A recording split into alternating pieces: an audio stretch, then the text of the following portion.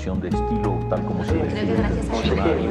La lectura debe ser una de las formas de la felicidad y no se puede obligar a nadie a ser feliz. Pero no tengo idea de lo que vas a usar después. Entonces un libro debe escribir esa situación. Y digamos que lo es, el cuento se escribe así. Que a mí la cosa más importante que me ha pasado en la vida ha sido aprender a leer una pizca de exageración en esa frase.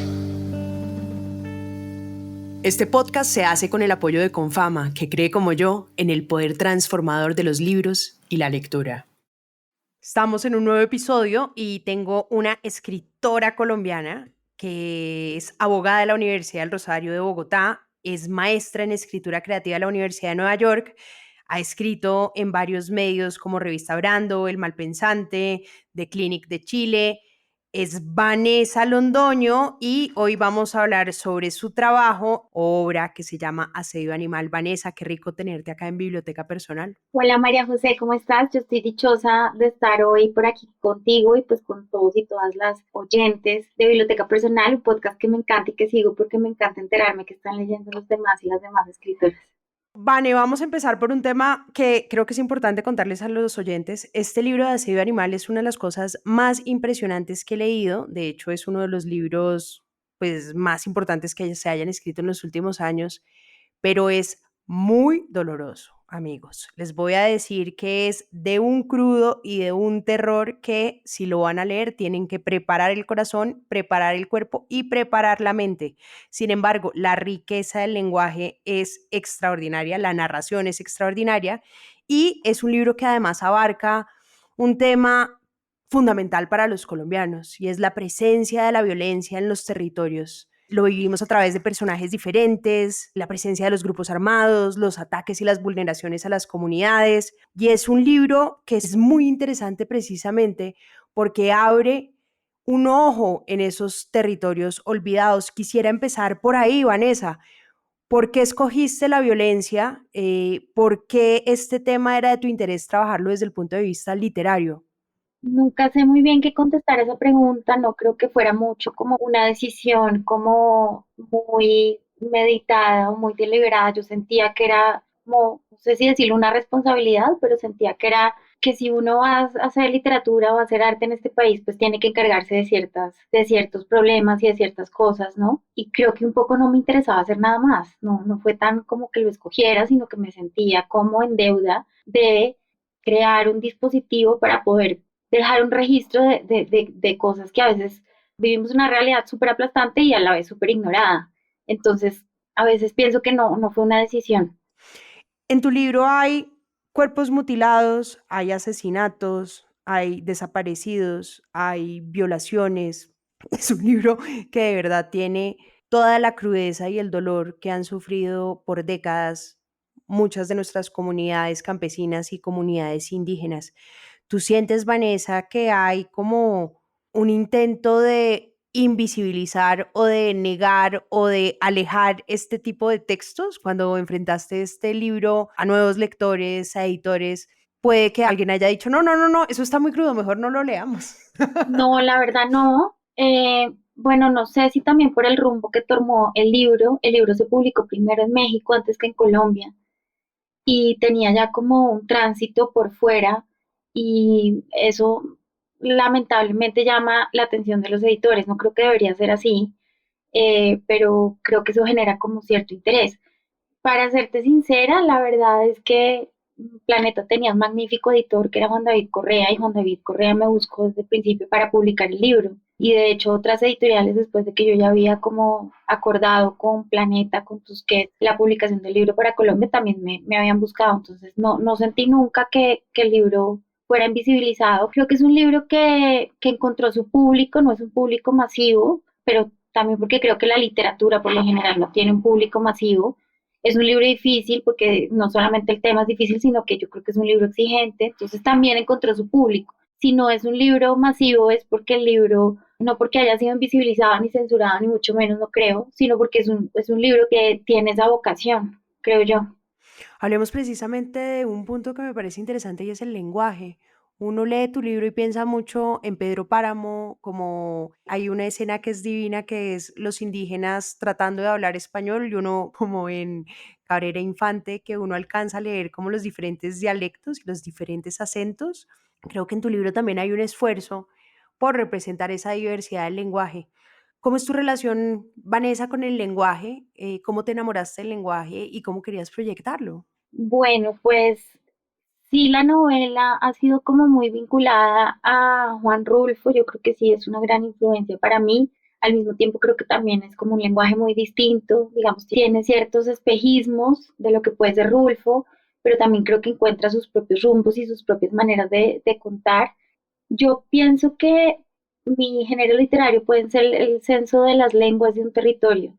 A mí me interesa mucho el territorio como personaje principal de una novela, como he aprendido de otros y otras escritoras, por ejemplo, Manhattan Transfer, de Dos Pasos, y precisamente porque en Colombia creo que el centro del conflicto ha estado en el territorio, en la tierra, ¿no? Entonces me interesaba poner como en el centro de la novela, que la novela fuera el personaje principal, fuera el territorio, y eso implicaba de alguna forma crear un mapa en donde transitan unos personajes que tienen unas lenguas distintas y esas lenguas hablan como una heterogeneidad de lo que se está contando y de cómo se está contando. Yo no sé si hay como un esfuerzo como tratando de demostrar cómo ciertas comunidades indígenas hablan español, sino que así hablan español las comunidades indígenas porque es su segunda lengua y es un español, a mí me parece de los más hermosos que yo he escuchado porque digamos que está atravesado por otra cosmogonía, está atravesado por otras anatomías léxicas, está atravesado por otras semánticas, entonces es un español atravesado por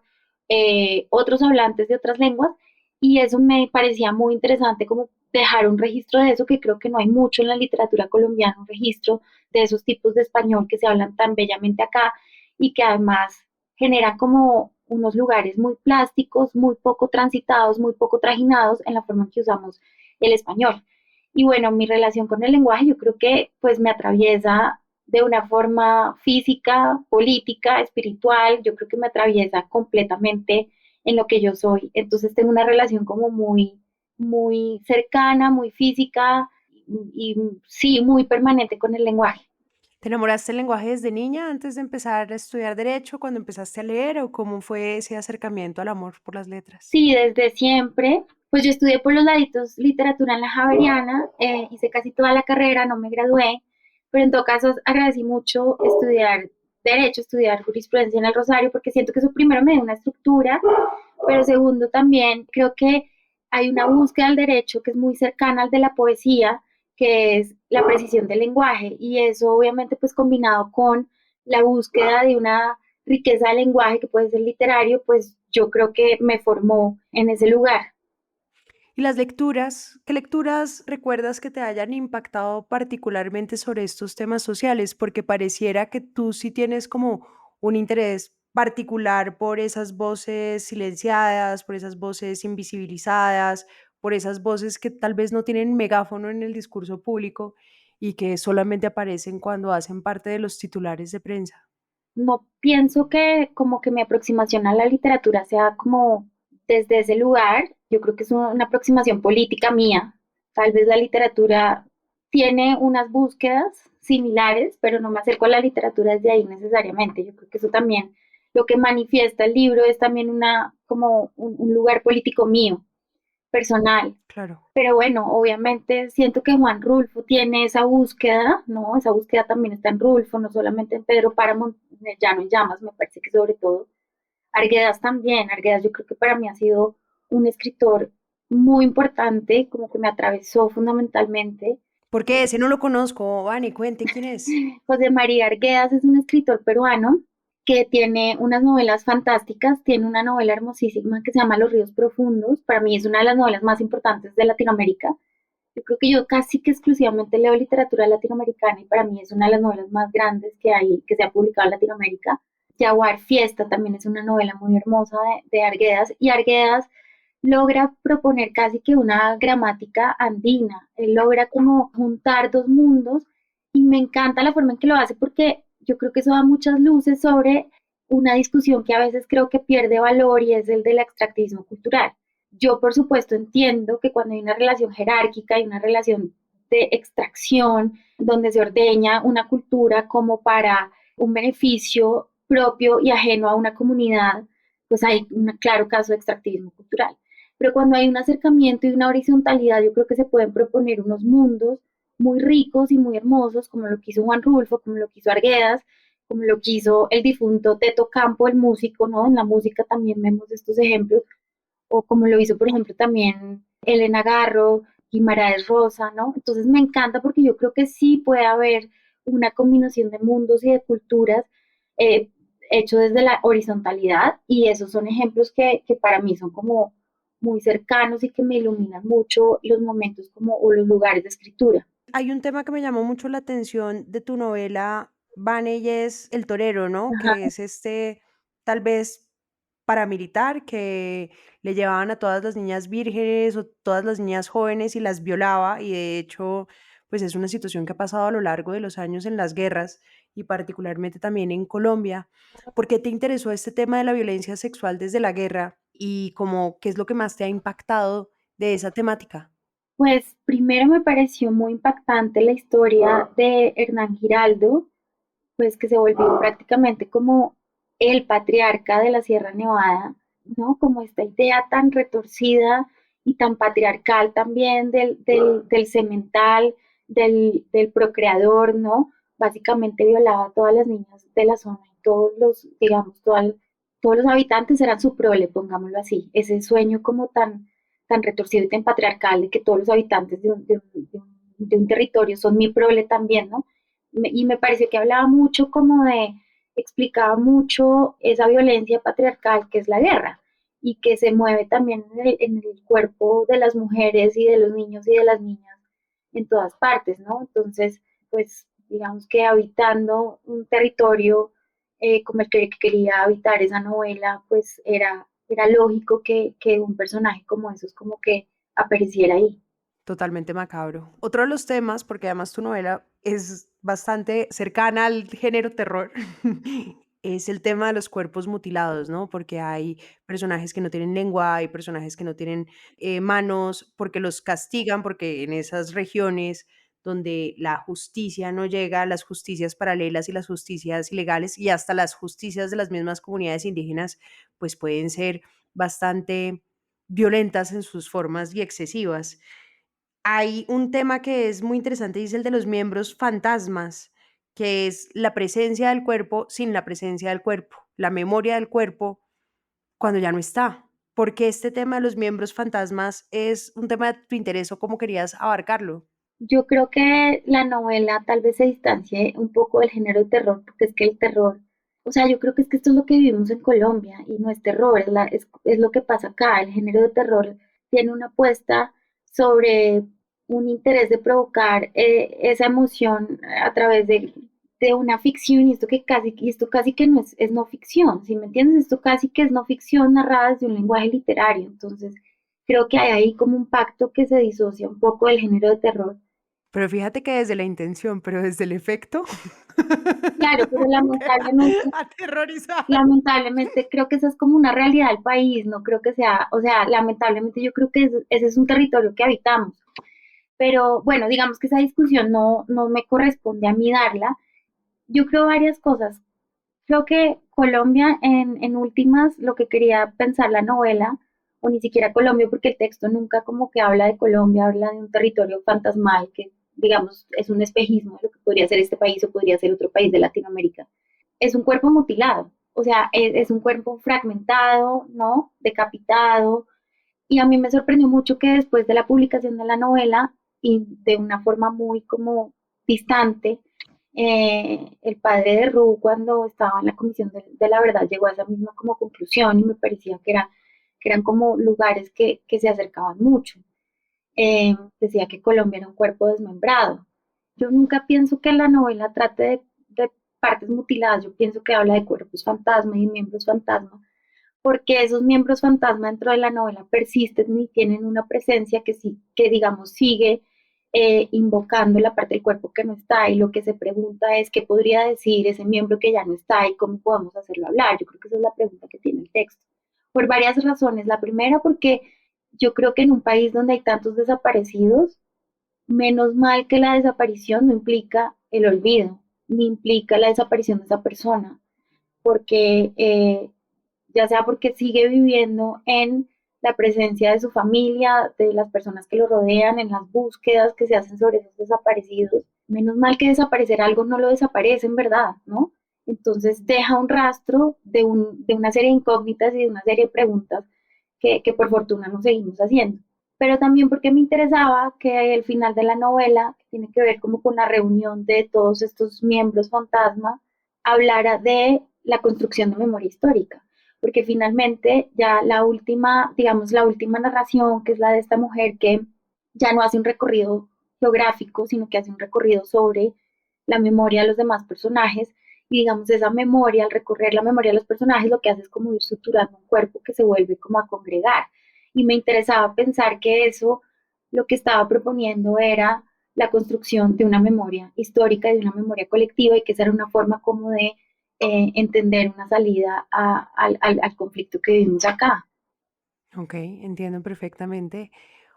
¿Y tú crees que la literatura puede jugar entonces un rol importante en esa construcción de memoria histórica específicamente, cierto? Yo creo que no tiene que ser su aspiración, pero creo que sí lo hace. El año que entra, por ejemplo, estamos celebrando 100 años de La Vorágine, y sigue siendo un libro De de José Eustacio José Rivera, que es Atanasio, José Eustacio. que es la masacre de las caucheras, ¿no? Exacto, En el Amazonas, y que tiene uno de los comienzos más lindos de la literatura. completamente de acuerdo, y es un libro que no pierde vigencia en nada, o bueno, pierde vigencia en ciertas cosas. Yo digamos que en la parte de la lectura de género yo creo que hay que revisarla, pero la ecuación que está propuesta en La Vorágine es sobre las economías extractivistas, y yo creo que Colombia no ha avanzado en nada en las economías extractivistas, y no me estoy refiriendo ni siquiera a la selva. Estoy pensando, por ejemplo, en los modelos extractivistas de la ciudad. Rappi es resultado de esa mentalidad extractivista sobre otro, sobre el otro, sobre la posibilidad del endeude indígena en ese momento en las caucherías, pero también del endeude de unas personas que llegan con una vulnerabilidad muy grande a tener que convivir en unas economías que son muy salvajes. Entonces, siento que ese hallazgo que hace, por ejemplo, La Vorágine, no pierde vigencia en el momento que vayas a leer a Colombia. Y sí creo que la aspiración de la literatura no tiene que ser, para volver a la pregunta, o participar de la memoria colectiva o la memoria histórica, pero lo puede hacer, y lo puede hacer muy bien también. ¿Cuáles han sido las reacciones que ha tenido tu libro? Ya nos habías comentado que había conseguido como un público particular o más especializado, pero me imagino que generó bastante conmoción, precisamente por la temática y por la forma o el uso tan original del lenguaje. Cuente chismes. No sé cuál fue en realidad. A mí me asombró que es un libro que me parece un libro muy difícil, y que sin embargo encontró su público. Y eso a mí lo que me hizo pensar es que tal vez la gente sí está esperando unas propuestas literarias distintas a lo que han venido siendo comercialmente los últimos años, ¿no? O sea, lo que me resolvió el interrogante fue que en alguna medida que el libro llegara como a su nicho y fuera un libro como de nicho de algunos lectores, me hizo pensar que hay un espacio de lectores en Colombia y en Latinoamérica y también en España que sí están esperando ese tipo de literatura, ¿no? De un trabajo del lenguaje esmerado, de una dificultad, de alguna forma, ¿no? Entonces, no sé cuál, no sé cuál habrá sido como la reacción, pero pues eso fue lo que me hizo pensar. Vane, hay una presencia muy importante de la naturaleza y por lo que veo en tu Instagram, tú eres una persona que ha recorrido el país en lancha, en barco, en jeep, a pie. Cuéntanos cómo es esa construcción desde la literatura en la naturaleza y también por qué te parece tan interesante, porque este es un libro además que huele a tierra, huele a bosque, huele a humedad y me parece un don ese desarrollo de la sensibilidad para la escritura. Bueno, a mí sí me gusta mucho viajar por Colombia, andar. Me gusta también porque me parece un ejercicio político y un ejercicio pues literario también. Hay una cosa, y es que en esos hallazgos del lenguaje, de cómo se habla en Colombia o cómo se usa el español, cómo se usan otras lenguas o cómo se usa el español hablado desde otras lenguas, paradójicamente yo creo que eso es lo que recoge el Aseo Animal, son lugares que son los más afectados por la violencia, es decir, donde la gente más lindo habla y donde la gente tiene un uso más práctico del español y más hermoso y tal vez más sofisticado que en las ciudades, es donde lamentablemente han sido territorios que más han sufrido la violencia. Entonces, ese ejercicio de escuchar cómo se habla y esa intersección que tiene con lo político me interesaba y me sigue interesando mucho. Pero también porque no me gusta ser una escritora de escritorio, valga la redundancia, que se imagina el país desde Bogotá. Yo trato de evitar todo eso y mi ejercicio ha sido como toda la vida, más bien desimaginar esos imaginarios que nos han enseñado sobre cómo es el país, cómo es afuera, ¿no? Y siento que en Colombia, yo la verdad siento que abunda la literatura de muchas novelas o muchos, no sé, muchos libros donde los escritores no salen de Bogotá, no salen. Entonces, yo sí, para mí sí es un ejercicio político salir y realmente recorrer territorios que son lejanos y pueden ser peligrosos, no solamente por temas de seguridad, sino porque la naturaleza sigue siendo avallazadora. Entonces, sí me interesa porque me interesa como lugar político, pero también como lugar político feminista. Yo creo que la literatura también está llena de narraciones de viajes de narraciones de viajes de hombres. Y a mí me interesaba también llenar ese lugar del viaje desde un lugar político y desde un lugar feminista, y como erosionar ese monopolio que han tenido los hombres para contar los viajes que han hecho. Este libro además tiene una cosa muy particular, Vane, y es que parecieran cuentos, pero es en realidad una novela, pero uno casi que alcanza a distinguir como espacios en la estructura tal vez de 4 pedazos. ¿Cómo fue el proceso de este texto? Porque hay escenas que se repiten además, pero se repiten como desde puntos de vista diferentes. Y como dices tú, sí es cartográfico, pero pareciera que tuviera una génesis particular. Sí, bueno, tú que eres una gran lectora, yo creo que le diste como al punto ahí. Y es que el libro originalmente nació como un libro de cuentos, pero siento que cuando fue ganando peso la idea del territorio, eso lo fue acercando más al campo de la novela. Entonces, digamos que me gustaba generar ese espejismo, que fueran cuentos o fuera una novela, ¿no?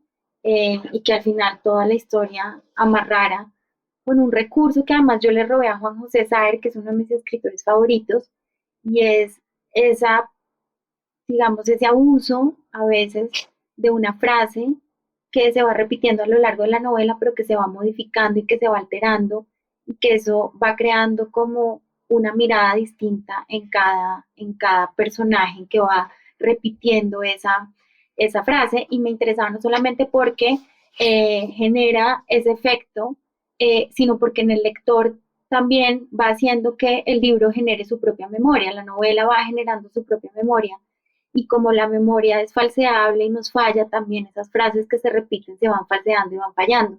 Entonces digamos que será como el recurso que me sirvió para ir uniendo todas esas historias y poderle dar como esa horma o ese cuerpo de novela con el que finalmente terminó existiendo. Ujú.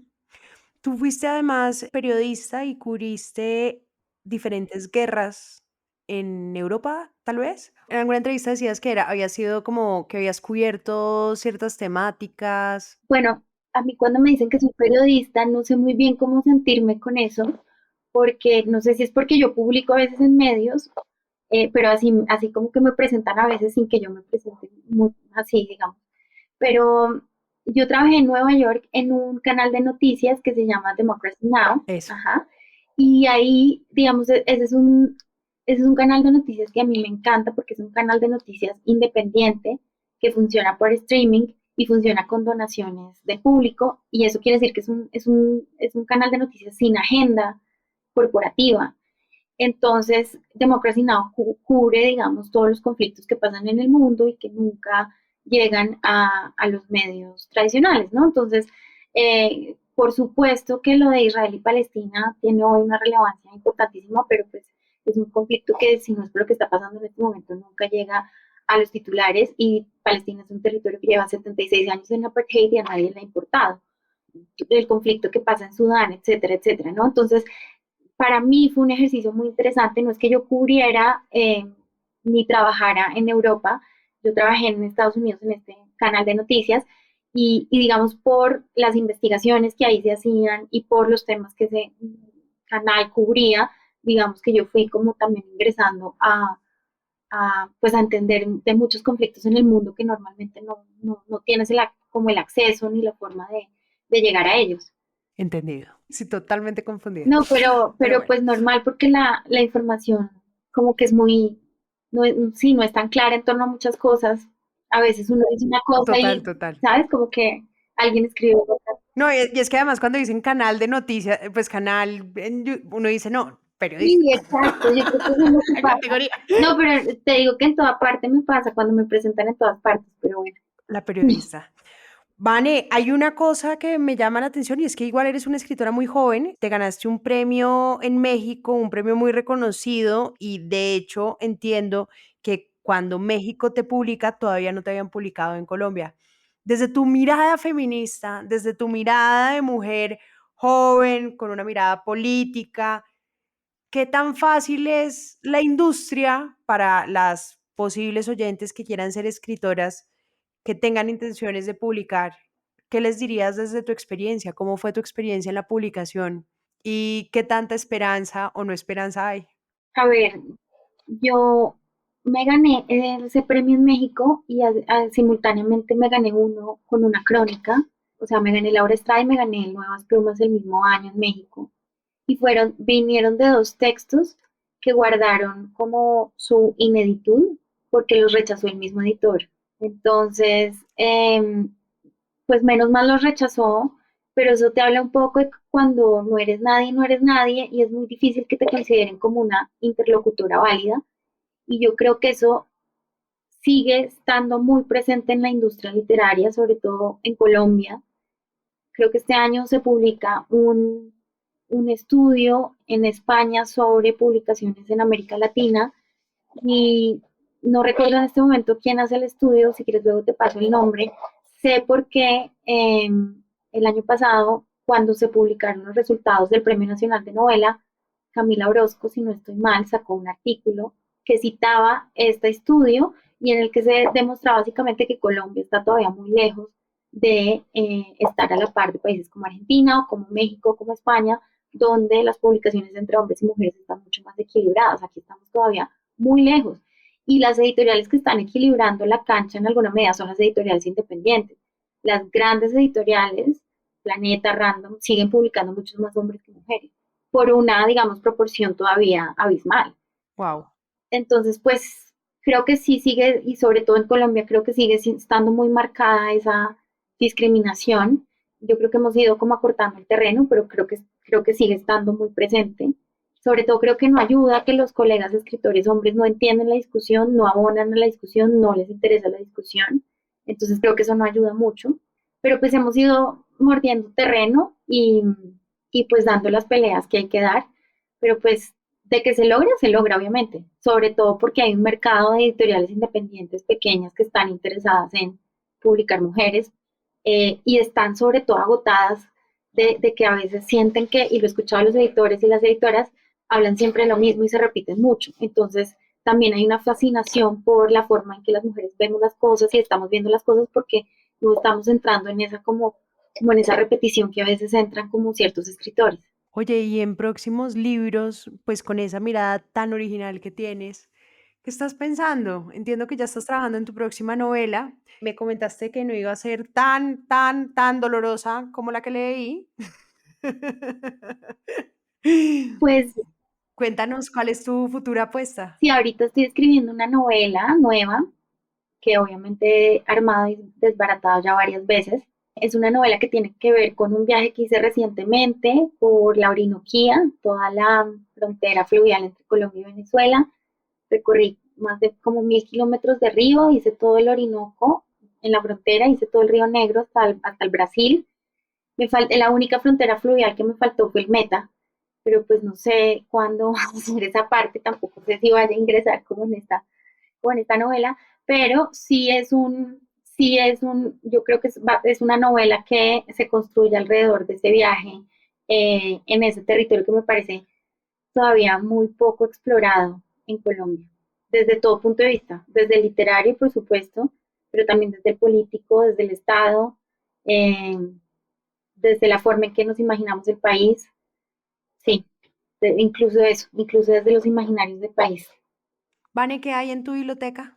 ¿Qué hay en mi biblioteca? Pues mi biblioteca es casi, pues como te decía, fundamentalmente literatura latinoamericana.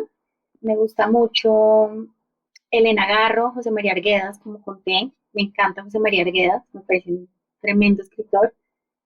Antonio Di Benedetto, me encanta Sama, esa gran novela, que es la gran novela americana.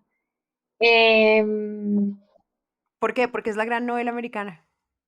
a ver, Sama tiene, Y Elena también sí, recomiéndanos, que Elena tampoco la Elena tiene conocemos. una novela que se llama Los Recuerdos del Porvenir, que es hermosísima, es preciosa, tiene un lenguaje muy bien curado.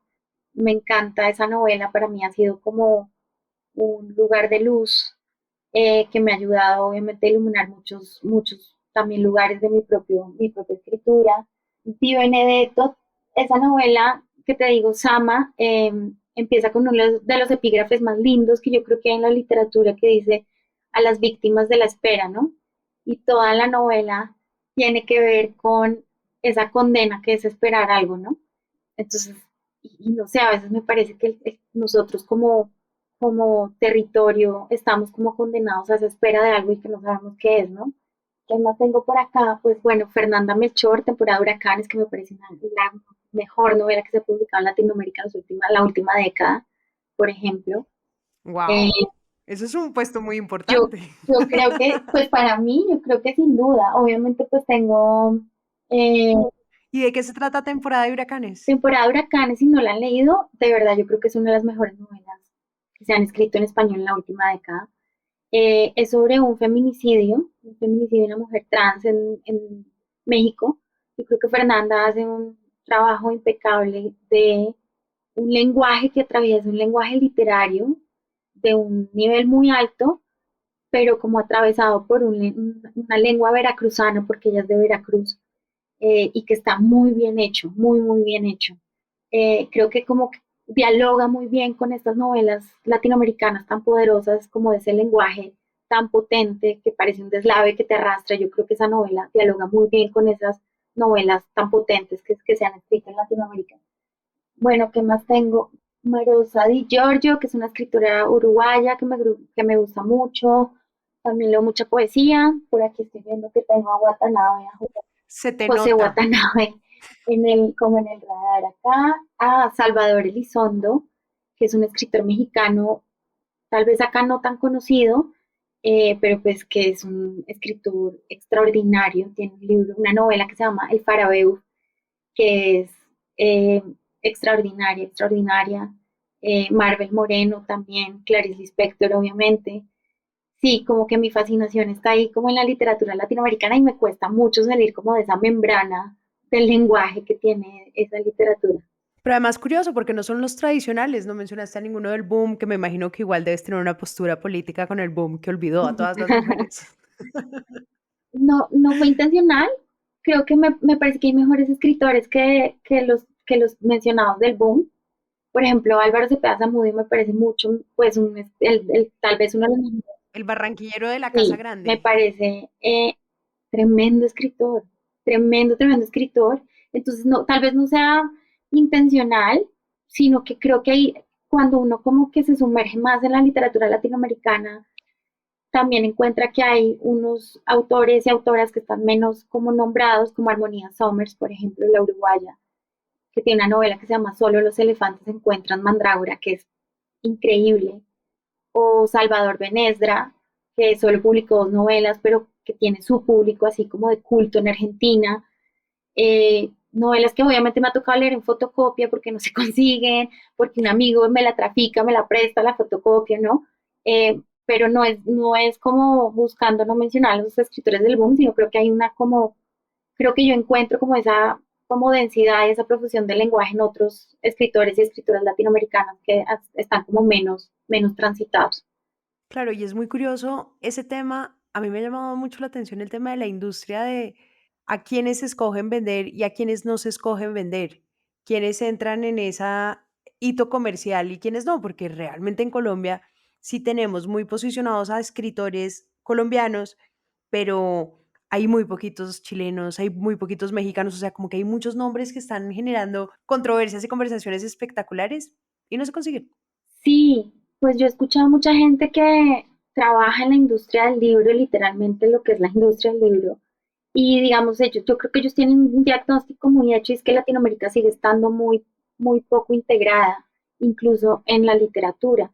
Entonces, un libro que se publica aquí en Colombia, digamos, muchas veces lo que hace es salir a España y regresar, pero no circula por el resto de Latinoamérica, salvo que sea un caso como el de Fernanda Melchor, por ejemplo, que le dio la vuelta a toda Latinoamérica y a todo el mundo, y otros casos, digamos, que ocurren así, pero salvo que uno como que teja su propia red entre lectores y entre escritores y escritoras, es difícil como a veces hacer esos hallazgos, ¿no? Porque seguimos estando muy aislados en todos los temas latinoamericanos, como naciones estamos yo creo que muy aisladas, y la literatura es una manifestación más de lo aislado que estamos entre nosotros. Dime 2 libros que en tu adolescencia te hayan marcado profundamente y hayan influido en la decisión de que hoy seas escritora. Mm, Dos libros que me hayan marcado en mi adolescencia. Yo creo que me gustó mucho El reino de este mundo, de Alejo Carpentier, que es una novela muy bella cubana, muy cortica. Yo siento que como esa densidad del lenguaje que proponía a mí, como que me entregó una brújula, unas coordenadas como de lo que yo quería buscar, eh, y una novela un poco más como europea, clásica, eh, que obviamente a nosotros nos enseñan literatura bajo este patronato europeo y este patronato gringo, eh, que es Las Memorias de Adriano, que es de Marguerite Yourcenar, que es un libro que me parece precioso, que no es necesariamente un libro al que yo me acercaría ya en este momento, pero que en su momento sí recuerdo que me movió muchísimo. Ella es una Ella, genio también ella manejando el ella es lenguaje. brutal. Y Carpentier es muy interesante, es un poco barroco, Los Pasos Perdidos, que es como su libro más conocido, es de una belleza, pero muchachos, tienen que tener paciencia para leerlo. Diccionario, sí. Paciencia. Cafecito, mucha paciencia y Sí, mucho amor. total, total. Pero creo que él te entrega como unas coordenadas de algo que está ahí como que se revienta, ¿no? Entonces, como ese caudal rebalsado de un lenguaje que está ahí como a punto de estallar, yo creo que esa búsqueda es la que a mí me gusta mucho de la literatura latinoamericana. ¿Y tú sabías ya desde muy joven que querías escribir? ¿Para ti era muy evidente? Sí, el proceso ha sido muy duro, sí, pensé que iba a ser más fácil, sí. Pensé que no me iba a tocar a renunciar a tantas cosas, sí. Me ha tocado renunciar a todo, pero Para ser escritora. y no soy escritora de tiempo completo, no conozco yo tampoco a ningún escritor de tiempo completo, por lo menos No, es que vivir de ser escritor debe no, ser es imposible. O sea, dificilísimo. yo no creo que sea posible, no sé, pero pues no conozco a nadie yo de carne y hueso. Pero sí te toca hacer muchas renuncias, muchas renuncias. Dame 2 renuncias que hayas hecho que digas, bueno, ya que. No, pues yo, o sea, divorcios, estoy divorciada, obviamente. Y a mi carrera un poco me tocó renunciar por varios años, tuve que renunciar a mi carrera, ahora ya como que la practico desde otro lugar, pero es como crear esa infraestructura de la vida alrededor de un proyecto literario es muy difícil y uf, es personalmente es muy costoso porque tienes que sacrificar mucho tiempo de familia, de amigos, de amigas, ¿no? De generar cercanías, de relaciones, etcétera. Entonces sí, porque pues todo tu tiempo, el que no estás trabajando, que es lo que te permite pagar la cuenta y tener una estabilidad para no sentir el vértigo de lo que es tener la cuenta vacía mientras te sientes a escribir, sí implica pues hacer todas esas renuncias. Pues de hecho me impresiona la cantidad de escritores que se refugian en una montaña y dejan de hablar con el mundo o que de verdad no tienen ni parejas, ni amigos, ni nada, todo el tiempo dedicados a escribir como si fuera pues, como si fueran monjes. No es a Dios, sino a la literatura. Exacto, sí, es como, sí, de acuerdo, ¿Tú ya estás también de convento? sí, yo vivo acá en la Vía La Calera, vivo sola, vivo con mi perro, básicamente, y mi biblioteca, o sea, mi manada está hecha de una manada interespecie, no animal, y entre vivos y muertos, que somos yo y los escritores y las escritoras que leo básicamente en este momento de mi vida. Espero que no sea así siempre, pero Yo también espero que no sea así siempre, Vanessa. Ojalá puedas vivir de eso algún día. Bueno, no, mi querida, muchísimas gracias por este espacio. Fue muy bonito conocer todo tu trabajo, toda tu obra. Échenle un ojo a Asedio Animal y bueno, ya están advertidos. Es una novela muy dura, pero muy hermosa que recomiendo leer.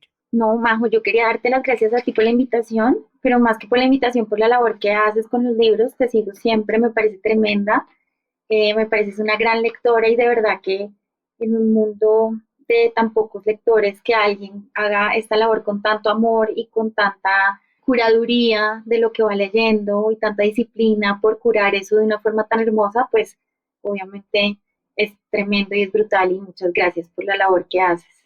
Ay, gracias, Vanessa. Y gracias a todos los oyentes por acompañarnos y seguirse antojando de lecturas.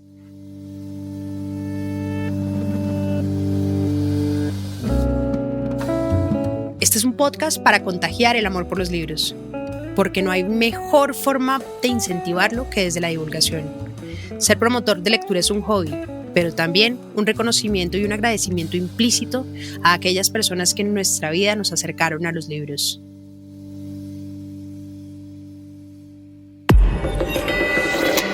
Hielo.